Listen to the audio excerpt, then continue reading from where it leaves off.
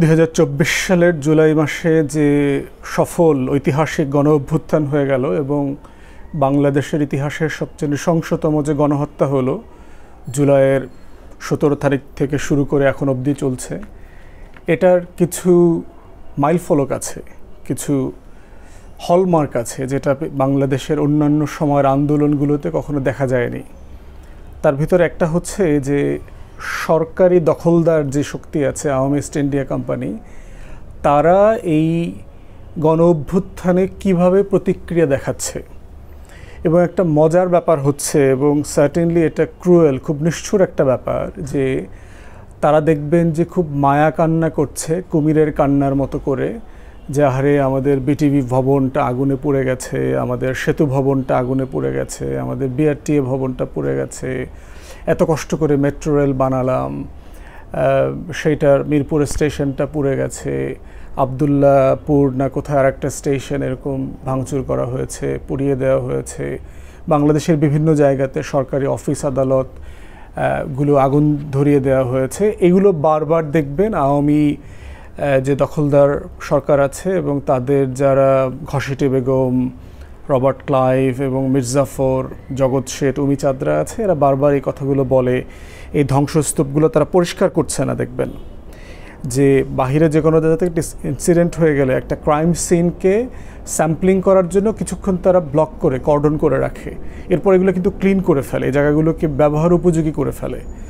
কিন্তু দখলদার সরকার দেখলেন যে আপনার দেখবেন 8 দিন 10 দিন হয়ে গেছে এই পুরানো গাড়িগুলো রাস্তার মাঝখানে রেখে দিয়েছে এখনও। এই বিটিভি ভবনের যেখানে যেখানে গেটটা ভেঙে গেছে দেখবেন ওটা এখন ওইভাবে রেখে দিয়েছে। এগুলো তারা ক্লিন করছে না, পরিষ্কার করছে না। গত কদিন আগে দেখেন যে আপনার অলিম্পিকে কি হয়েছে। অলিম্পিকের প্রথম দিনে প্যারিসে দেখলাম যে আপনার ওখানকার যে ন্যাশনাল রেল লাইন নেটওয়ার্ক আছে, এই নেটওয়ার্কে স্যাবোটাজ করা হয়েছে। তাদের পুরো ট্রাফিক যে সিস্টেম এটা ব্ল্যাকআউট হয়ে গেছে এবং প্যারিসের সাথে সারা যে ইউরোপের কানেক্টিভিটি ছিল ওটা নষ্ট হয়ে গেছে। 8 লক্ষ প্যাসেঞ্জার স্ট্যান্ডার্ড হয়ে গেছে, আটকে পড়ে গেছে।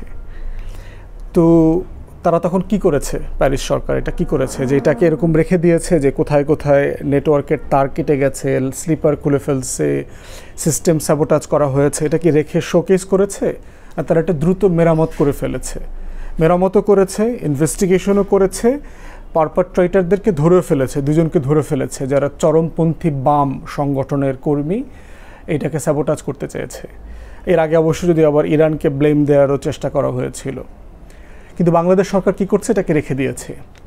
এই রেখে যে প্রতিদিন প্রোপাগান্ডা করা, এই ধ্বংসস্তূপের সামনে, এই পুরানো গাড়ির সামনে, পুরানো দালানের সামনে, পুরানো ট্রেন স্টেশনের সামনে, পুরানো স্থাপনার সামনে প্রেস কনফারেন্স করা, ব্রিফিং করা, কত টাকার ক্ষতি হয়েছে সেগুলো বলবার চেষ্টা করা, এত কষ্ট করে আমি উন্নয়নের জোয়ার তৈরি করেছি, আমি ডিজিটাল বাংলাদেশ তৈরি করেছি, এই যে মিথ্যাচারের গল্পগুলো বারবার বলা, এটা সন্দেহজনক। এখন সন্দেহজনক এই যে জিনিসটা, এটাকে একটা টার্ম ইউজ করা হয় ইন্টেলিজেন্স সার্ভিসের মধ্যে, সেটা হলো ফলস ফ্ল্যাগ অপারেশন। যে একটা মিথ্যা ঘটনা অথবা একটা মিথ্যা ইনসিডেন্ট ঘটিয়ে যিনি করেন নাই তেমন লোকদের উপর দোষ চাপানো, কারণ এটার একটা অবজেক্টিভ আছে, এটা দিয়ে একটা উদ্দেশ্য হাসিল করতে হয়। ইতিহাস থেকে আপনাদেরকে যদি একটা এক্সাম্পল বলি এটা পরিষ্কার করবার জন্য। দেখেন, হিটলার ক্ষমতায় আসে নির্বাচনের মধ্য দিয়ে, চ্যান্সেলর হয় 1933 সালের ফেব্রুয়ারি মাসে। মার্চ মাসে জার্মানির যে পার্লামেন্ট বিল্ডিং আছে এখানে একটা বড় রকমের আগুন লেগে যায়। এটা হিস্টোরিক্যালি খুব ফেমাস, রাইখস্ট্যাগ ফায়ার বলে আর কি। ওই পার্লামেন্ট ভবনের নাম হচ্ছে রাইখস্ট্যাগ। এই রাইখস্ট্যাগ ফায়ারটা হওয়ার পরে মার্চ মাসের শেষের দিকে এইটাকে কেন্দ্র করে হিটলার তখন ওখানকার চ্যান্সেলর পার্লামেন্টে নতুন করে আইন পাশ করে অনেকগুলো অধিকার যেটা ছিল, যেমন ধরেন যেটাকে আমরা ফ্রিডম অফ এক্সপ্রেশন বলি, যে মতামত প্রকাশের স্বাধীনতা, দল করবার স্বাধীনতা, সমালোচনা করবার স্বাধীনতা, চিন্তা প্রকাশ করবার স্বাধীনতা, তারপরে হচ্ছে রাজনৈতিক করবার স্বাধীনতা, এই ওরকম অনেকগুলো অধিকারকে খর্ব করে। গুরুত্বপূর্ণ যেটা করে হিটলার সেটা হচ্ছে যে কোনো রকম তদন্ত ছাড়াই এটা তখনকার জার্মানির কমিউনিস্ট পার্টির উপরে তারা দোষটা চাপিয়ে দেয় এবং এই দোষ চাপানোর মধ্য দিয়ে তারা জার্মানিতে ব্যাপক ধরপাকড় করে, হাজার হাজার কমিউনিস্ট রাজনীতি করেন এমন রাজনৈতিক দলের নেতাকর্মীদেরকে তারা গ্রেফতার করে, হেনস্থা করে। ইভেন কমিউনিস্ট পার্টির যিনি প্রধান ব্যক্তি ছিলেন তিনি এক পর্যায়ে সারেন্ডার করেন। তো এটা করে যেটা করেছে, পুরো কমিউনিস্ট তাদের হিটলারের সবচেয়ে বড় বিরোধী রাজনৈতিক দল যেটাকে ছিল সেটাকে একেবারে নাস্তানাবুদ করে দেয়। কিন্তু পরবর্তীতে ৩-৪ বছর পরে অনেকগুলো গবেষণা এবং পুলিশ, ওখানকার গোয়েন্দা সংস্থাদের লিক রিপোর্ট, কিছু কিছু একাডেমিক রিসার্চের মধ্য দিয়ে পরবর্তীতে এটা প্রকাশিত হয়েছে যে এই ঘটনার সাথে হিটলার নিজে জড়িত। সে তার পুলিশ এবং গোয়েন্দা সংস্থা দিয়ে এই কাজগুলো করিয়েছে। কেন করিয়েছে? মৌলিক অধিকারগুলোকে সাসপেন্ড করা, যেন ক্র্যাকডাউন করা যায়।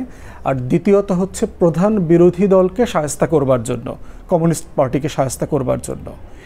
এই ধরনের অপারেশনকে বলে হচ্ছে হিস্ট্রিতে false flag operation. Second example দেই আপনাদেরকে, সেটা হচ্ছে 1967 সালের ঘটনা।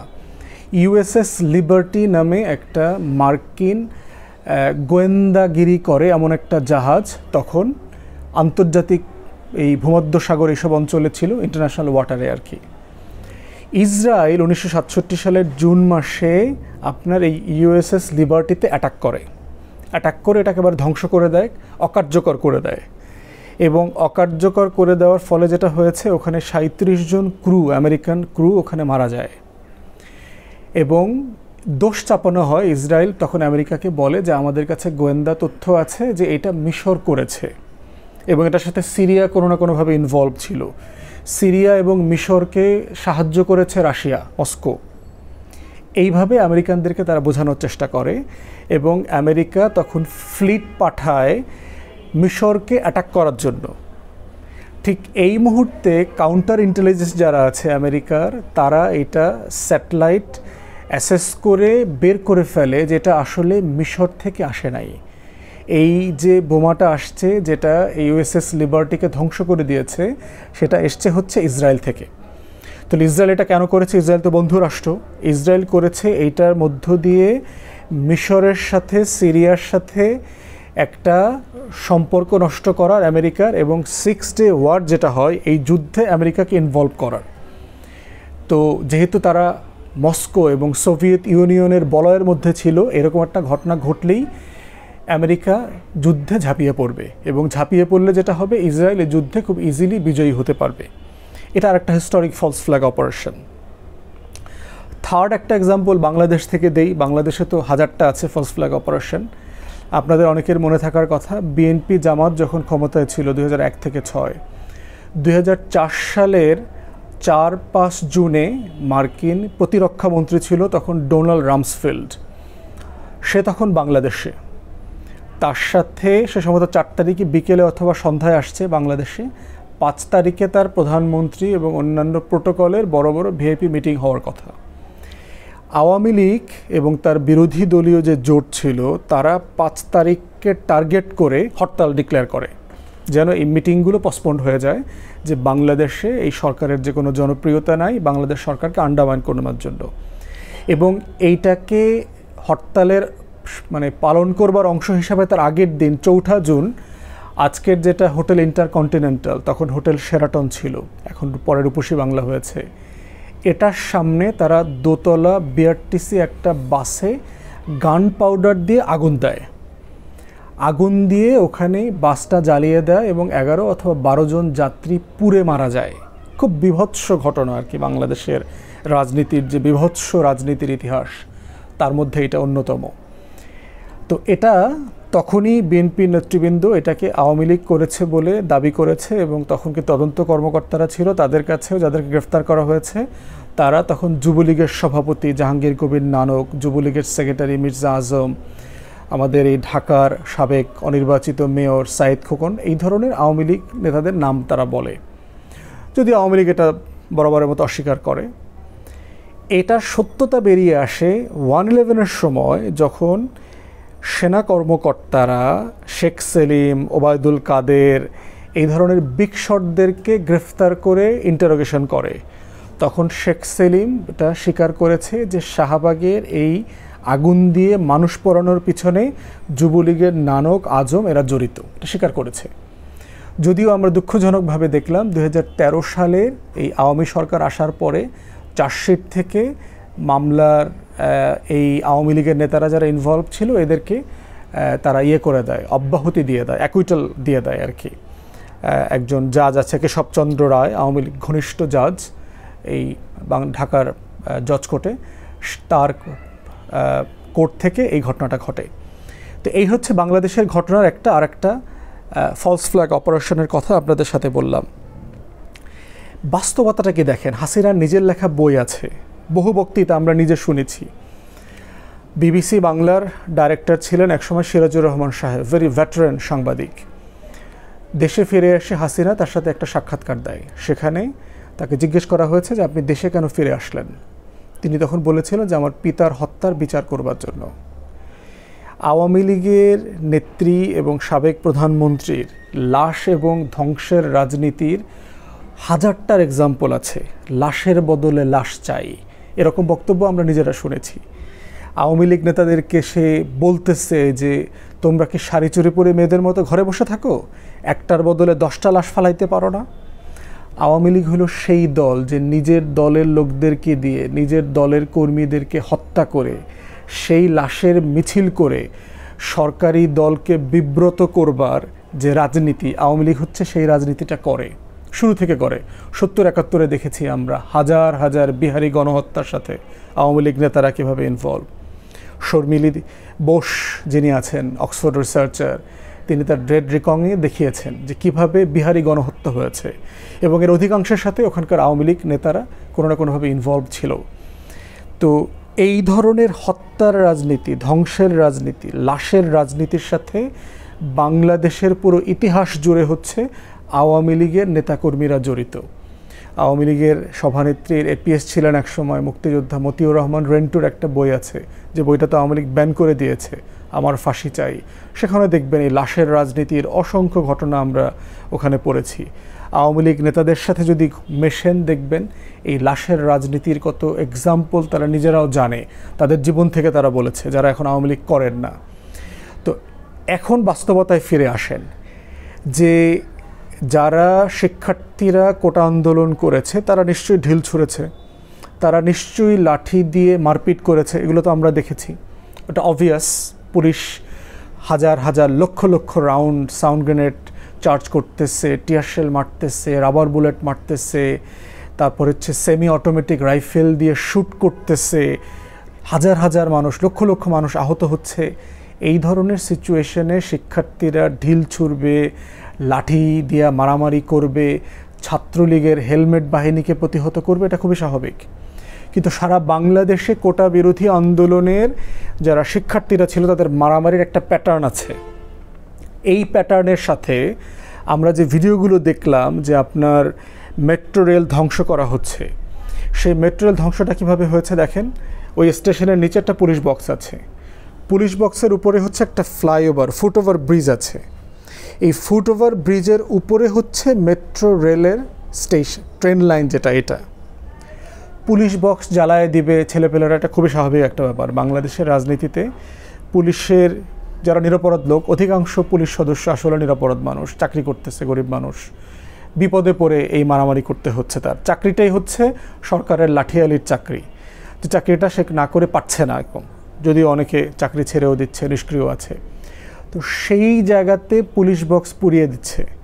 এবং ওই ভিডিওতে আমরা দেখলাম যখন উপরে মানে খুবই চেহারা দেখে মনে হচ্ছে যে বস্তির ছেলে অথবা টোকাই টাইপের ছেলেরা এসে মেট্রো রেলের গ্লাস জানলা ভাঙতেছে। শুধু লাঠি দিয়ে বাড়ি দিয়ে ভাঙতেছে তা না, টিকিট মেশিনটা তো সেট করা, এটা খুলতে এবং ভেঙে নিয়ে আসতে তার সহ অনেক সময় লাগবে।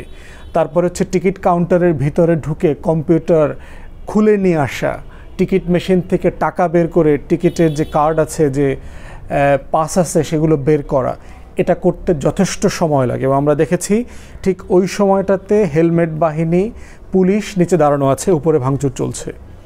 পত্রিকাতে ইতিমধ্যে দেখলাম যে স্থানীয় এক আওয়ামী লীগ সোকল্ড অনির্বাচিত এমপি, তার বাসের কোম্পানি আছে, সে বিহারি কলোনি থেকে ডজন ডজন ছেলে পেলে এনে এই ভাঙচুরের কাজ করাইছে, কারণ মেট্রো রেলের কারণে এখানকার বাস ব্যবসায়ীদের ব্যবসা শেষ হয়ে গেছে। তারপর হচ্ছে আওয়ামী লীগ করে। এরপরে আমরা দেখলাম সেতু ভবনে আগুনের ক্ষেত্রে প্রত্যেকটা ছেলেকে দেখে মনে হয়েছে টোকাই বস্তি থেকে আনছে যারা ভাড়ায় খাটে। শিক্ষার্থীদেরকে মনে হয় নাই। শিক্ষার্থীদের আন্দোলনের চেহারা সুরতের যে মেজাজ, ব্যাগ হাতে ক্যাম্পাস থেকে আসছে, কাঁধে আইডি কার্ড ঝুলানো, তারপরে স্লোগান দিচ্ছে, চেহারা সুরত সব কিছু মিলে এটা বোঝা যায় যে এরা না। বিটিভি ভবনে কারা আগুন দিয়েছে ফুটেজগুলো দেখলাম। এই বাস্তবতাতে এটা হাইলি লাইকলি যে এই ধ্বংসস্তূপের ঘটনাগুলো এবং এগুলোকে কেন্দ্র করে যে প্রপাগান্ডা সরকার করছে, এটার একমাত্র রিজনেবল রেশনাল কনক্লুশন হচ্ছে এগুলো ফলস ফ্ল্যাগ অপারেশন এবং এটার সাথে সরকার জড়িত, গোয়েন্দা সংস্থা জড়িত, সরকারি দলের লোকরা জড়িত। তাহলে সরকার এটা কেন করেছে? Obvious question. সরকার বলবে যে আমি কেন এই এত বড় একটা ঘটনা ঘটিয়ে সারা দুনিয়াতে সমালোচিত হব? না, এটা অবশ্যই সরকারের কারণ আছে। সরকার এটা করেছে এই কারণে, যখন সে দেখছে যে কোটা আন্দোলনটা সে হ্যান্ডেল করতে পারছে না, 17, 18, 19, 20 তারিখে যে পরিমাণ গণহত্যা হয়ে গেছে, শত শত পারহ্যাপস হাজার ইয়াং তরুণ তরুণী, শিক্ষক শিক্ষার্থী, সাধারণ মানুষ, বাচ্চা শিশুরা লাশ হয়ে গেছে, বেওয়ারিশ হয়ে গেছে অনেক লাশ। এই গণহত্যা ধামাচাপা দেওয়ার জন্য আমাদেরকে খুব বড় কিছু করতে হবে। এত বড় একটা কিছু যে ঘটনাটা আবার অন্যদেরকে ডাইভার্ট করবে, অ্যাটেনশন ডাইভার্ট করে দেওয়া যাবে। আমরা যখন আমেরিকাতে 2000 সালের বিভিন্ন প্রজেক্ট রিপোর্ট পড়েছি, Pinak project for new American century, তারা যখন আলাপ করছিল যে ইরাককে অ্যাটাক করতে হবে, ওখানকার মধ্যপ্রাচ্যের 7টা মুসলিম শক্ত সলিড মুসলিম দেশকে ধ্বংস করে দিতে হবে, তখন এই ঘটনাগুলো ওখানে আলোচনা করেছে যে তাদের একটা ফলস ফ্ল্যাগ অপারেশন দরকার। যে সেই প্রজেক্ট ফর নিউ আমেরিকান সেঞ্চুরিতে তখন এই বড় একটা ঘটনা আমেরিকাতে ঘটানোর পরিকল্পনা তারা করেছিল, এবং অনেকেই বলে যে 9/11 সেই ঘটনার একটা অংশ আর কি। এবং এই ব্যাপারে তো সলিড সায়েন্টিফিক এভিডেন্স আছে যে এইটা 2টা বিমান দিয়ে এটা ধ্বংস করা যায় না, সেটা অন্য আলোচনা। তো এই বাস্তবতাতে এই গণহত্যা কাভার আপ করবার জন্য হচ্ছে তখন তারা এই ফলস ফ্ল্যাগের আশ্রয় নিয়েছে, এবং এটাকে কেন্দ্র করেই তারা এই যে প্রপাগান্ডা চালু রেখেছে, এটা দিয়ে তারা দেশ বিদেশি প্রপাগান্ডাটা চালু রাখছে। কিন্তু দিন শেষে আওয়ামী লীগ ন্যারেটিভটা একেবারে ভেঙে গেছে। সারা বাংলাদেশের ছেলেমেয়েরা নিজেদেরকে ট্রল করে রাজাকার বানিয়ে দিয়েছে।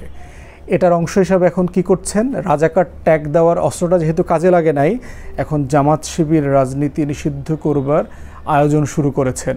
নতুন করে আর একটা গণহত্যার প্রস্তুতি চলছে।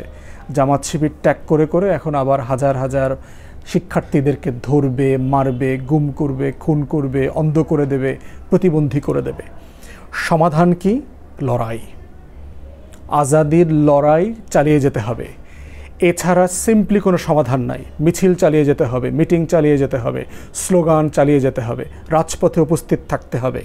এখন এই আন্দোলনটার কোটাতে নাই, এটা অস্তিত্বের লড়াইতে পরিণত হয়েছে। স্বাধীনতার লড়াই, সার্বভৌমত্বের লড়াই, মর্যাদার লড়াই, শহীদদের রক্তের বদলা নেবার লড়াই। এই লড়াইটা যে কোনো মূল্যে ছাত্র সমাজকে চালিয়ে নিয়ে যেতেই হবে।